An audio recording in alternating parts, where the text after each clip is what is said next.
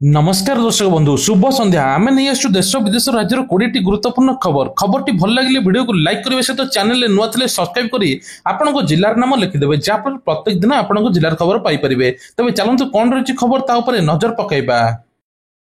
मध्यवित्त को सुलभ मूल्य सरकार देवे घर सरकार कले बड़ घोषणा तेबे सुलभ मूल्य मध्यवित्त और गरीब लोक मिल घर से पुणी भी भुवनेश्वर सहर में जोगाई देवे MIG LIG 1 एवं MIG 2 LIG 1 घर देवे 15 लाख रु 35 लाख टंकार घर मिल पूरण हो साधारण गरीब और मध्यवित्त परिवार स्वप्न सरकार PPP मोड रे घर तैयारी करने स्थिर कर गोटे घर टी कि पाखापाखि 50 लाख रु गोटे कोटी टका खर्च होरी भितर खोद सरकार घोषणा कर भुवनेश्वर में 15 लाख रु आरंभ करी 35 लाख टंका पर्यंत घर मिल। लक्षपति दीदी हेबे कोटिपति दीदी लक्षपति दीदी ओडिशार असल शक्ति एने उपमुख्यमंत्री प्रभाती परिड़ा गणमाध्यम आगे प्रतिक्रिया रखिंट ओडिशा वर्षक 16 लाख रु अधिक लक्षपति दीदी सृष्टि करिछि। लक्षपति दीदी ओडिशार असल शक्ति महिला को सशक्त करने राज्य सरकार सब कार्यकारी करुचंती तेबे एने कि महिला को शुभ योजना आर्थिक साहाय्य जोगाई दि जाउछि। कोटी रु अधिक महिला यह द्वारा उपकृत होइचंती सेपरि लक्षपति दीदीर लक्ष्य हेउछि महिला को स्वावलंबी करबा एने कि उपमुख्यमंत्री प्रभात परिड़ा आज सूचना दैछन जे खूब जल्दी आहुरी 10 रु 15 लाख महिला लक्षपति दीदी वर्षकर बनी जाइथिबे। भुवनेश्वर सालिया साही हटिब 521 घर तेबे नंदनकानन जयदेव विहार बाम पार्श्व रास्ता काम चलुची 200 फुटिया रास्ता निर्माण हेबो एहा द्वारा सरकार बड़ घोषणा करिसंती 521 घर भांगिबा सरकार निष्पत्ति नैचंती तेबे 27 घरोई जमी मालिक को क्षतिपूरण बाबद 100 कोटी रु अधिक टंका दिया सरिछि सेमाने पूर्त विभाग जमी हस्तांतर करिथिबारु 10 रु 15 दिन मध्य 27 टी जाक घर भांगिया रूपरेखा कर सहित अंपटे सालिया साही प्रभावित होगा बस्ती बासिंदा क्षतिपूरण सहित थैथान दिगरे पदक्षेप नियाजिबो। सालिया साही रे भांगिब 521 टी घर बीडीए बीएमसी पूर्त विभाग मिलित भाव आज बस्ती बासिंदा सहित सर्वे करिसंती पर्यायक्रमे बस्ती लोकंकु बुद्ध विहार आवास निर्माण सराथिबा घर गुड़िक आवंटन कराजिबो।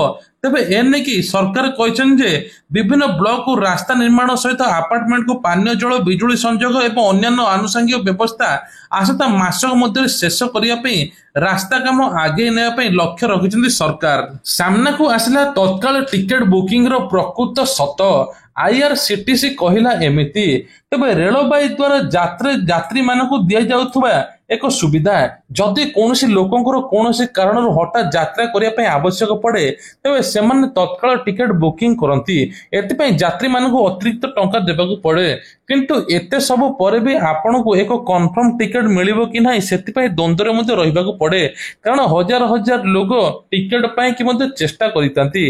एपरि स्थिति रे सोनू निगम सिंह तांको नाम पूर्वतन व्यवहारकारी तत्काल टिकेट बुकिंग समय हेउतवा समस्या विषय एक पोस्ट शेयर करिसंती से 2टी स्क्रीनशॉट शेयर करिसंती एहा होछि तत्काल बुकिंग रो प्रकृत सत बुकिंग आरंभ मध्य होई नथला आखि पिछुड़ा के सीट गुडी उभई गला अर्थात बुकिंग सरी गला।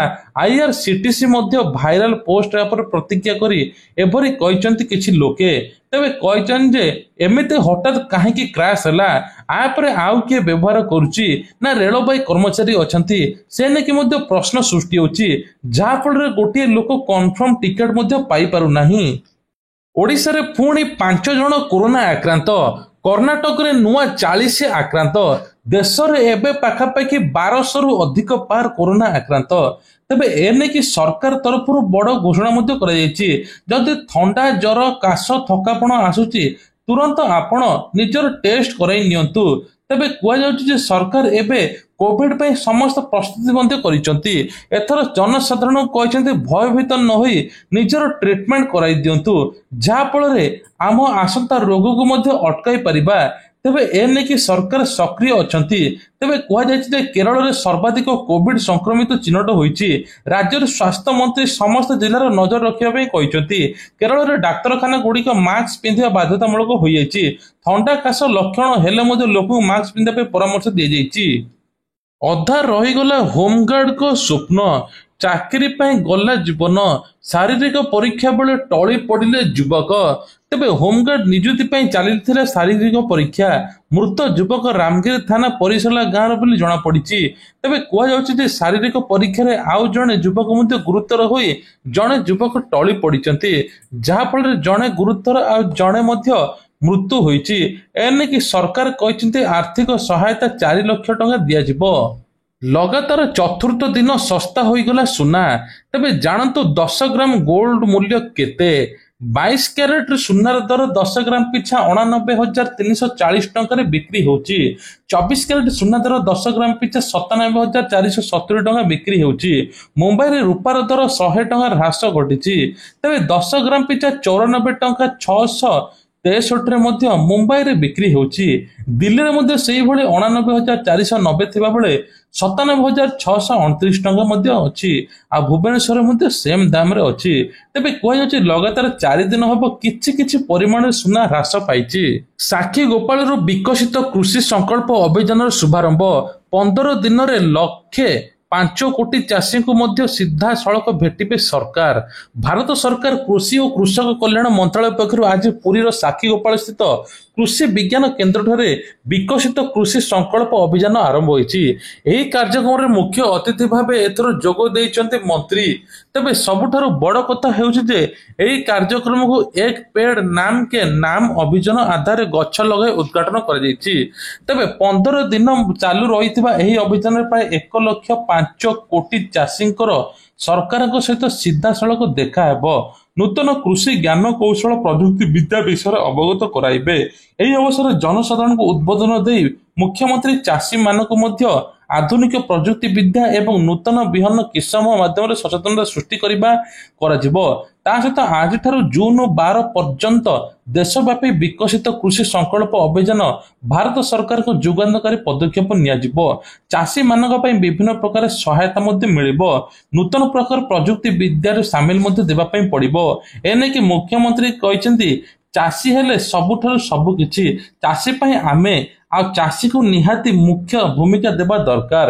ତେଣୁ ଧାନର ମଧ୍ୟ ସର୍ବାଧିକ ସହାୟତା ମୂଲ୍ୟ 800 ଟଙ୍କା ଅଧିକ ବଢାଇଛନ୍ତି। ଚାଷୀମାନଙ୍କୁ କ୍ରେଡିଟ୍ କାର୍ଡରେ ମଧ୍ୟ 3 ଲକ୍ଷ ଟଙ୍କା ବଢାଯାଇଛି। ଚାଷୀମାନଙ୍କ ଯଦି କ୍ଷତିପୂରଣ ହୁଏ 50% ରାଶି ମିଳିବ ବୋଲି କୁହାଯାଇଛି। ଭାରତୀୟ ସେନା ସମ୍ମାନରେ କଂଗ୍ରେସର ଜୟ ହିନ୍ଦ ଶୋଭା ଯୋଗଦେଲେ ସାଂସଦ ଦୀପେନ୍ଦ୍ର ସିଂ ହୁଡା। କଂଗ୍ରେସ ଭବନ ସାମ୍ନା ମାଷ୍ଟର କ୍ୟାଣ୍ଟିନ ଛକରେ ଭାରତୀୟ ସେନାକୁ ସମ୍ମାନ ଜଣାଇ ଜୟ ହିନ୍ଦ ଶୋଭାକୁ ଅନୁଷ୍ଠିତ ହୋଇଛି। ପିସିସି ସଭାପତି ଭକ୍ତଚରଣ ଦାସଙ୍କ ଅଧ୍ୟକ୍ଷତାରେ ଅନୁଷ୍ଠିତ କାର୍ଯ୍ୟକ୍ରମରେ ହରିୟାଣାର ରୋହତକର ସାଂସଦ ଦୀପେନ୍ଦ୍ର ସିଂ ହୁଡା ଅତିଥି ଭାବେ ଯୋଗ ଦେଇଥିଲେ। ଏହି ଅବସରରେ ଦୀପେନ୍ଦ୍ର ସିଂ ହୁଡା ଓଡ଼ିଶା କଂଗ୍ରେସ ପ୍ରଭାରୀ ଅଜୟ କୁମାର ଲଲ୍ଲୁ, କଂଗ୍ରେସର ବିଧାୟକ ଦଳ ନେତା ରାମଚନ୍ଦ୍ର କାଡାମ, ପିସିସି ସଭାପତି ଜୟଦେବ ଜେନା, ପ୍ରସାଦ ହରିଚନ୍ଦନ ଏମିତି ପ୍ରମୁଖ ଅବସରପ୍ରାପ୍ତ ଅଧିକାରୀଙ୍କୁ ସମ୍ମାନିତ ମଧ୍ୟ କରିଛନ୍ତି। ସୁଭଦ୍ରା ସମବେଦନା ଯୋଜନାର ରୂପରେଖା ସମୀକ୍ଷା କଲେ ଉପମୁଖ୍ୟମନ୍ତ୍ରୀ ପ୍ରଭାତୀ ପରିଡ଼ା। ତେବେ ଆଜି ମହିଳା ଶିଶୁ ବିକାଶ ବିଭାଗର କାର୍ଯ୍ୟକ୍ରମ ସମ୍ପର୍କରେ ବୈଠକ ଅନୁଷ୍ଠିତ ହୋଇଛି। ଏହି ମଧ୍ୟରେ ନୂତନ ପ୍ରକାର ଶିକ୍ଷା ମହିଳାମାନଙ୍କୁ ଦିଆଯିବ। ସମସ୍ତ ପ୍ରକାର ସେବାରେ ସାମିଲ କରାଯିବ। ସ୍ୱୟଂ ସହାୟକ ଗୋଷ୍ଠୀ ମାନଙ୍କୁ ମଧ୍ୟ ବିକଶିତ କରାଯିବ। ତେବେ ଅଙ୍ଗନବାଡି କର୍ମୀ ସହାୟିକା ମାନଙ୍କୁ ମଧ୍ୟ ସ୍ମାର୍ଟ ତାଲିମ ପ୍ରଦାନ ଉପରେ ଆଲୋଚନା କରାଯାଇଛି। ଡିଜିଟାଲ ଟେକ୍ନୋଲୋଜି ମାଧ୍ୟମରେ କାର୍ଯ୍ୟ କରିବା ତାଲିମ ନେଇ ସ୍ମାର୍ଟ ଅଙ୍ଗନବାଡି କର୍ମୀ ସୃଷ୍ଟି କରାଯିବା ଉପରେ ପ୍ରାଧାନ୍ୟ ଦିଆଯାଇଛି। ସମାଜ କଲ୍ୟାଣ ବୋର୍ଡରେ ଏନଜିଓ ମାନଙ୍କୁ ତାଲିକାଭୁକ୍ତ କରିବା ପାଇଁ ଆପ୍ଲିକେସନ ଢାଞ୍ଚା ପ୍ରସ୍ତୁତି ଉପରେ ଆଲୋଚନା ମଧ୍ୟ କରାଯାଇଛି। ଏହି ବୈଠକରେ ମହିଳା ଓ ଶିଶୁ ବିଭାଗର ପ୍ରମୁଖ ଶାସନ ସଚିବ ଶୁଭା ବର୍ମା, ନିର୍ଦ୍ଦେଶିକା ମୋନିଷା ବାନାର୍ଜୀ ମଧ୍ୟ ଉପସ୍ଥିତ ଥିଲେ। ତେବେ କୁହାଯାଉଛି ମହିଳାମାନଙ୍କୁ କିଭଳି ସ୍ମାର୍ଟ କରାଯିବ ସେ ଉପରେ ମଧ୍ୟ ଆଲୋଚନା ଚାଲିଥିଲା। ଆଉ ତା ସହିତ ମଧ୍ୟ ସୁଭଦ୍ରା ଟଙ୍କାକୁ ନେଇକି ଆଲୋଚନା ଚାଲିଥିଲା। ସୁଭଦ୍ରାର ତୃତୀୟ କିସ୍ତି ମିଳିବା ପାଇଁ ଯାଉଛି ରକ୍ଷାବନ୍ଧନ ଦିନ। ଯେଉଁମାନେ ପ୍ରଥମ ଦ୍ୱିତୀୟ କିସ୍ତି ପାଇଛନ୍ତି ସେମାନେ ଶେଷ ତୃତୀୟ କିସ୍ତି ପାଇବେ। ଆଉ ଯେଉଁମାନେ ଟୋଟାଲ ପାଇନାହାନ୍ତି ସେମାନେ 3ଟି କିସ୍ତି 15,000 ପାଇବେ। ଲଞ୍ଚ ହେବାକୁ ଯାଉଛି ଇପିଏଫଓ 3.0, ବଦଳିଯିବ ପିଏଫ ସହିତ ଜଡିତ ଏହି ସବୁ ନିୟମ। ତେବେ ଏବେ ସରକାର ତରଫରୁ ମଧ୍ୟ ବଡ଼ ଘୋଷଣା ତେବେ ଯାହାର ଉଦ୍ଦେଶ୍ୟ ହେଉଛି ବ୍ୟାଙ୍କ ଗୁଡ଼ିକର ଭଲ ସେବା ପ୍ରଦାନ କରିବା। ଏଥର ଇପିଏଫ୍ଓ 3.0ରେ ବିଶେଷ ଶୂନ୍ୟ ପ୍ଲାଟଫର୍ମ ହେବ। 9 କୋଟିରୁ ଅଧିକ ଗ୍ରାହକଙ୍କ ବିନା କୌଣସି ଚିନ୍ତାରେ ଅନେକ ନୂଆ ନୂଆ ସୁବିଧା ପାଇପାରିବେ, ଯେପରିକି ଆପଣଙ୍କର ଅଟୋମେସନ ସେଟଲମେଣ୍ଟ ହେବ, ଡିଜିଟାଲ ଭାବେ ସମସ୍ୟାର ସମାଧାନ ହେବ, ଏଟିଏମ୍ରୁ ମଧ୍ୟ ସିଧାସଳଖ ପିଏଫ୍ ଟଙ୍କା ମଧ୍ୟ ଉଠାଇ ପାରିବେ। ଘରେ ସିସିଟିଭି କ୍ୟାମେରା ଲଗାଇବା ପୂର୍ବରୁ ହେବ ଯାଞ୍ଚ, ବିଦେଶୀ ସାମଗ୍ରୀ ଦ୍ୱାରା ଗୋଇନ୍ଦାଗିରି। ଚୀନ ସିସିଟିଭି କ୍ୟାମେରା ସହିତ ମଧ୍ୟ ଏଥର ଅଙ୍କୁଶ ଲଗାଯାଇଛି। ବିକ୍ରି ପୂର୍ବରୁ ସରକାରୀ ଲ୍ୟାବରେ ବାଧ୍ୟତାମୂଳକ କହିଛନ୍ତି। ହାର୍ଡୱେର ସଫ୍ଟୱେର ସ୍ପୋର୍ଟସ କୋଡ୍ ସରକାରୀ ଲ୍ୟାବରେ ଯାଞ୍ଚ ହେବ। ତେବେ ଏପ୍ରିଲ 9 ତାରିଖରେ ତିଆରି କିମ୍ବା ଆମଦାନୀ ସାମଗ୍ରୀ ଉପରେ ଏହି ନିୟମ ଲାଗୁ କରାଯିବ ବୋଲି ସରକାର କହିଛନ୍ତି। ସବୁ ସିସିଟିଭି ଡିଭାଇସ୍ କଟକଣା ଲାଗୁ ହୋଇଛି।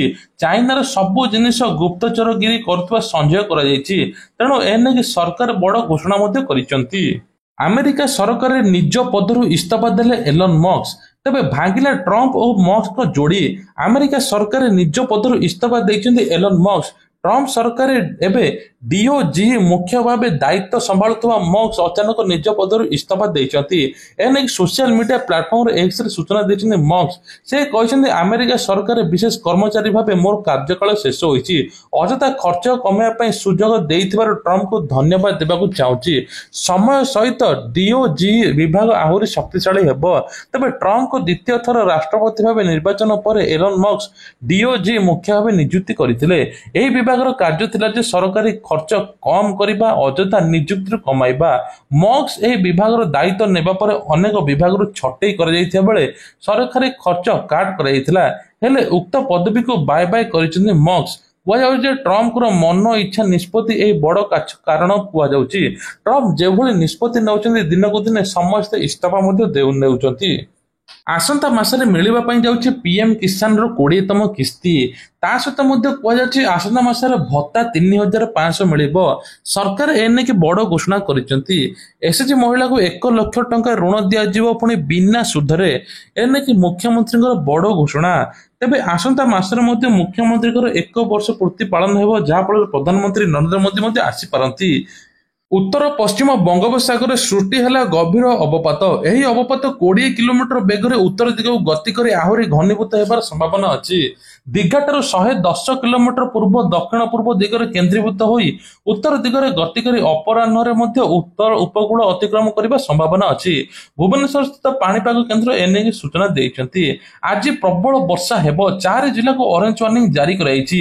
ତେବେ ତା ସହିତ ମଧ୍ୟ ଅନ୍ୟ ଜିଲ୍ଲାମାନଙ୍କୁ ମଧ୍ୟ ୱାର୍ଣ୍ଣିଂ ଜାରି କରାଯାଇଛି। ମୟୂରଭଞ୍ଜ, ବାଲେଶ୍ୱର, ଭଦ୍ରକ, କେନ୍ଦ୍ରାପଡ଼ା ଏହି ସବୁ ଜିଲ୍ଲାରେ ପ୍ରବଳ ଅତି ପ୍ରବଳ ବର୍ଷା ସାଙ୍ଗକୁ ଘଣ୍ଟା ପ୍ରତି 50ରୁ 60 କିଲୋମିଟର ବେଗରେ ପବନ ବହିବା ସହିତ ଏବଂ ଘଡଘଡି ବିଜୁଳି ମଧ୍ୟ ମାରିବ। ଏଥିସହିତ ସତର୍କ ରହିବା ପାଇଁ ପାଣିପାଗ ବିଭାଗରୁ ସୂଚନା ମଧ୍ୟ ଦିଆଯାଇଛି। ମତ୍ସ୍ୟଜୀବୀମାନଙ୍କୁ ମଧ୍ୟ ସମୁଦ୍ରକୁ ଯିବା ପାଇଁ ମଧ୍ୟ ବାରଣ କରାଯାଇଛି। ଯୁବବର୍ଗଙ୍କ ପାଇଁ ବଡ଼ ଭେଟି। ସରକାରୀ ଚାକିରି ବୟସ ସୀମା ବୃଦ୍ଧି କଲେ। ଏନେକି ସରକାରଙ୍କର ବଡ଼ ଭେଟି। ସରକାର କହିଛନ୍ତି ଯେ ବିଭିନ୍ନ ସରକାରୀ ପଦବୀ ସେବାରେ ପ୍ରବେଶ କରିବା ପାଇଁ ସର୍ବୋଚ୍ଚ ବୟସ ସୀମା ବୃଦ୍ଧି କରାଯାଇଛି। ପୂର୍ବରୁ ଯାହା 32 ବୟସ ଥିଲା, ତାହାକୁ ଏବେ 42କୁ ବୃଦ୍ଧି କରାଯାଇଛି। ଏହି ସଂକ୍ରାନ୍ତ ପ୍ରସ୍ତାବରେ ଆଜି କ୍ୟାବିନେଟ ମୋହର ବାଜିଛି। କେବଳ ସେତିକି ନୁହେଁ, ଏସ୍ସି ଏସ୍ଟି ପଛୁଆ ବର୍ଗ, ମହିଳା, ଭିନ୍ନକ୍ଷମ, ଅବସରପ୍ରାପ୍ତ ସୈନିକ କ୍ଷେତ୍ରରେ ସରକାରଙ୍କ ଦ୍ୱାରା ବିଭିନ୍ନ ସମୟରେ ଜାରି ହେଉଥିବା ନିୟମାବଳୀ ଅନୁସାରେ ସର୍ବୋଚ୍ଚ ବୟସ ସୀମା କୋହଳ ହେବା ସୂଚନାଯୋଗ୍ୟ। ପୂର୍ବରୁ ଯେ ସରକାରୀ ଚାକିରି ପାଇଁ ସର୍ବୋଚ୍ଚ ବୟସ ସୀମା 32 ଥିଲା, ଏହା ବୃଦ୍ଧି କରି ସରକାର ଏବେ 42 ରଖିଛନ୍ତି। ଏହା ବିଭିନ୍ନ ମହଲରୁ ବହୁ ଦିନରୁ ମଧ୍ୟ ଦାବି କରି ହୋଇ ଆସୁଥିଲା। ଏବେ ସରକାର ଏହା ମଧ୍ୟ ଘୋଷଣା କରିଛନ୍ତି। ତେବେ ଇଏ ଥିଲା ଆଜିର କିଛିଟା ଗୁରୁତ୍ୱପୂର୍ଣ୍ଣ ଖବର। ଏଇଭଳିଆ ଖବର ଦେଖିବା ପାଇଁ ହେଲେ ଚ୍ୟାନେଲକୁ ସବସ୍କ୍ରାଇବ କରିବା ପାଇଁ ଭୁଲିବେ ନାହିଁ।